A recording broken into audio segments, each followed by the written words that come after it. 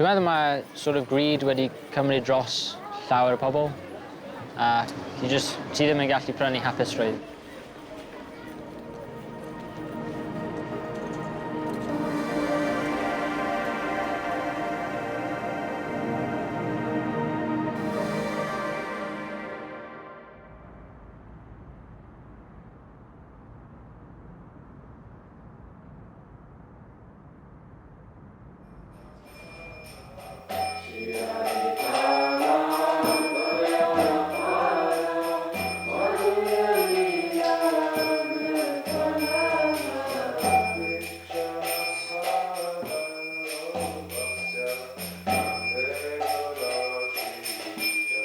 That person from which everything emanates.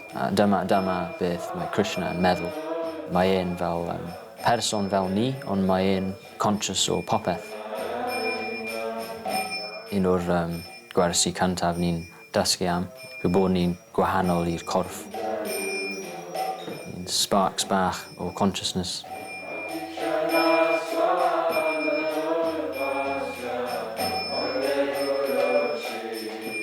Un o'r prif text ni'n darllen o yw y Bhagavad Gita. Broken tua 5,000 mlynedd yn ôl. Mae'r sacred text yn awgrymu i os ni'n byw bywyd ysbrydol, mae'n cyfle i dod i'r golau. Ond ni'n dweud bod yn y byd material, we're like fish out of water. No matter how much we try and satisfy ourselves efo pethau material, ni jyst ddim yn mynd i bod yn hapus. So, os mae rhywun eisiau actually tyfu yn ffordd ysbrydol, dylen ni byw bywyd glân, byw bywyd syml. So ni'n penderfynu peidio yfed, peidio defnyddio cyffuriau neu sexual pleasure, masturbation, just like in the moment pleasure, bod yn slave i'r ymenydd. Dylen ni bod yn sort of master of the mind. Jai.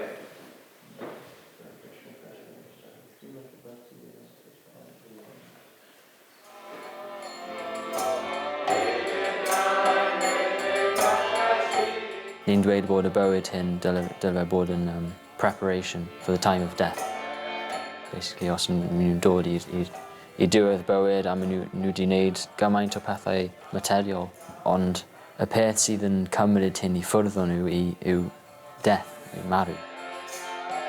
Ond ni'n dweud bod os ni'n byw bywyd ysbrydol, mae hyn yn actually yn cael ymlaen ar ôl marw.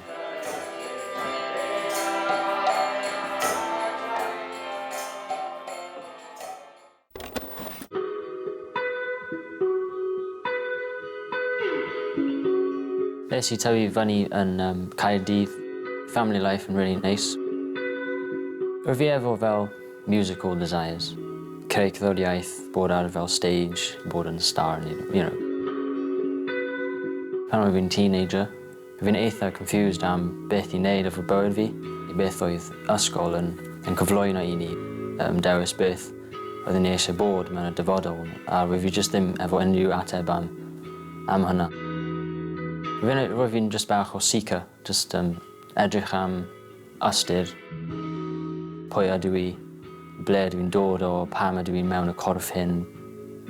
Roedd fi just ddim yn hoff iawn o'r syniad bod ti'n dod mewn i'r byd, a os ti'n dod mewn i'r byd, ti angen gadael y byd. You know, y pobl ti'n caru gymaint mewn bywyd, teulu, maen nhw jyst yn mynd I marw a wedyn just mynd. Roedd fi'n ceisio fel ffitio mewn efo ffrindiau fi, you know, just mynd mas, yfed, tried to squeeze something out of it, ond oedd e just ddim yn digwydd. Fi methu ffeindio fel grŵp o pobl oedran fi oedd yn mewn i'r cwestiynu hyn. Roedd fi wedi ffeindio flyer yn y stafell fi, yn y stafell gwely. Roedd fi wedi cael y flyer o Caerdydd o fel merch am fel meditation evening.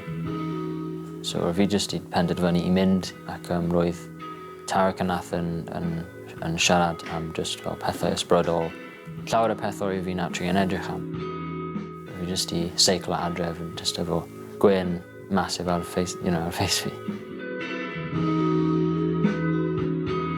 Roedd jyst yn teimlo fel cartref, home, it felt like home.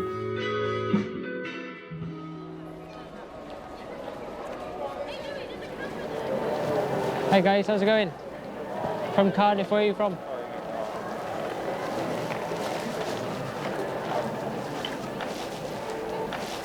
Hey guys, you have 2 seconds. Ie, mae llawer o pobl yn efo fel barn ar efallai Harry Krishnas yn gweld nhw yn y stryd yn meddwl bod ni'n fel crazy hippies neu rhywbeth. Have you met a monk before? A monk? Yeah, a monk. No. It's okay, we're friendly people. Llawer o pobl yn meddwl bod crefydd yn dechrau fel wars a pethau, you know, like discrimination o pethau fel hyn, ond yn reality mae'n just yn y pobl sydd yn practiso y crefydd. Mae'r Hare Krishna movement yn mwy ysbrydol na crefyddol, dwi'n meddwl. It's called Krishna consciousness. It teaches us how we can be a bit more happy in the world, you know. Because a lot of us are trying to squeeze happiness out of like material things, you know. Basically, the reason why we give these out is because we collect donations today, and the donations help us with our charity work, which is feeding lots of vulnerable people across South Wales, you know. So would you like to help with a donation today? We also take card, just to let you know, because we're up to date with all that stuff, you know. It's okay. Thanks, guys. Have a nice Christmas. Hello, cameraman! Hello, man! Hello, Santa!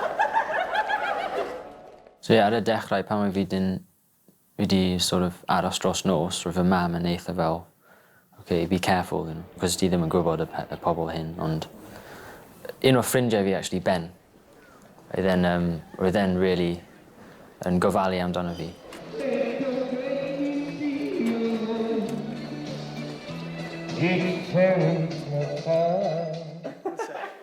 I found it. My eyes are... No.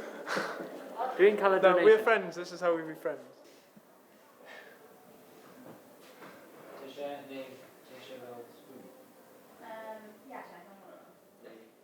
Welcome to the Welsh Yogi Podcast.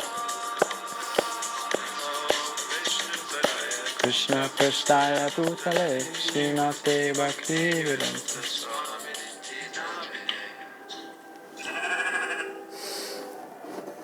Little device back.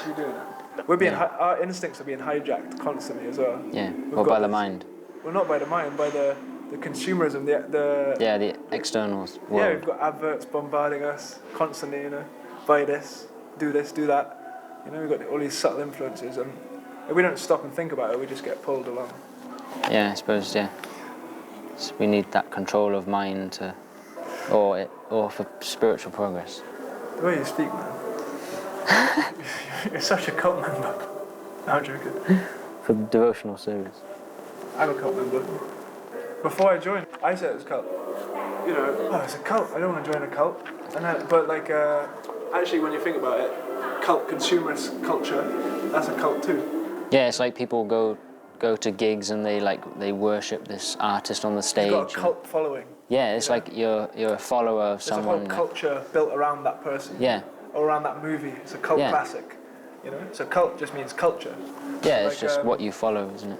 But the problem is, like a lot of these spiritual movements are brandish cult because, like in the 60s, 70s, there were so many dodgy, sort of like sex cult or this Yeah, cult. yeah. You know, The hippie cult. yeah, there's a lot of weirdness going on. So now Like man-made cults, like, you know, yeah, man-made yeah, just sort of. groups. But this is culture. This is the highest culture of all. This is like Vaikuntha culture. Yeah, the original culture. Yes, the original cult. The original cult. Join our cult, we say. Yeah, join up, sign up, shave up.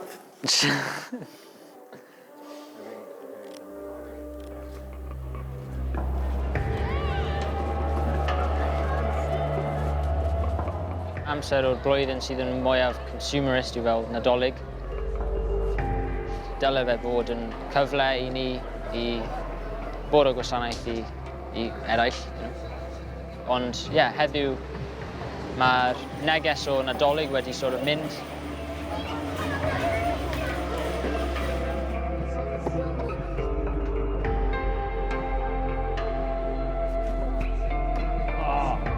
It's so hard.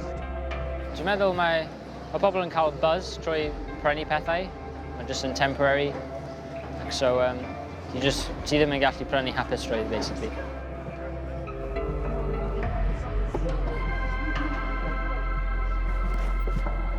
Oh! That's rigged. Dwi'n meddwl mae sort of greed wedi cymryd dros llawer o pobl. Higher up in society, y pwerus. Maen nhw'n gwneud llawer o arian trwy fel gwerthu pethau, you know. Maen nhw just i fel pwysio fel, you know, dylen ni consumo i bod yn hapus, you know, a just... Ti'n gallu cael hapusrwydd uchaf trwy just helpu eraill. Trwy just bod fel o gwasanaeth i pobl mewn angen.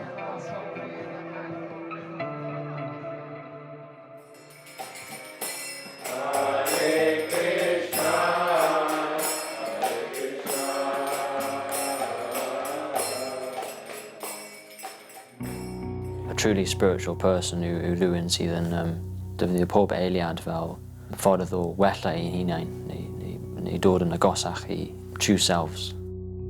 Dylen ni bod yma yn y byd i helpu eraill ac i bod o gwasanaeth i eraill. Weithiau dwi dal yn mynd i'r tywyllwch, ond mae hynny'n just due i fel lack o determination, lack o ni'n galw yn sadhana neu practice. So ni angen cael fel routine dda. Y goal yw i bod yn fel 100% sort of devoted i Krishna consciousness. Llawer o pobl yn devote llawer o so much amser i wneud sport neu actio neu musician. Mae pobl yn cael llawer o encouragement mewn fields fel hyn. Ond y tendency yw, os mae rhywun yn devote ei bywyd i pethau ysbrydol, mae pobl yn fel, okay, why are you doing that for? You know?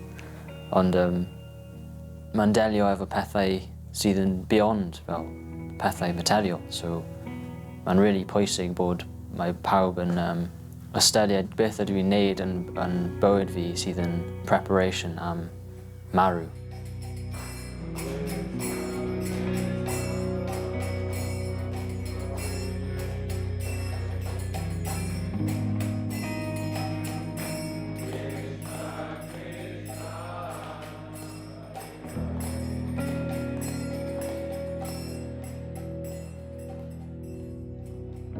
Dwi'n teimlo fel mae Krishna consciousness wedi ateb llawer o'r cwestiynau ceisio ateb. Dwi'n meddwl wedi dod o'r tywyllwch i'r golau.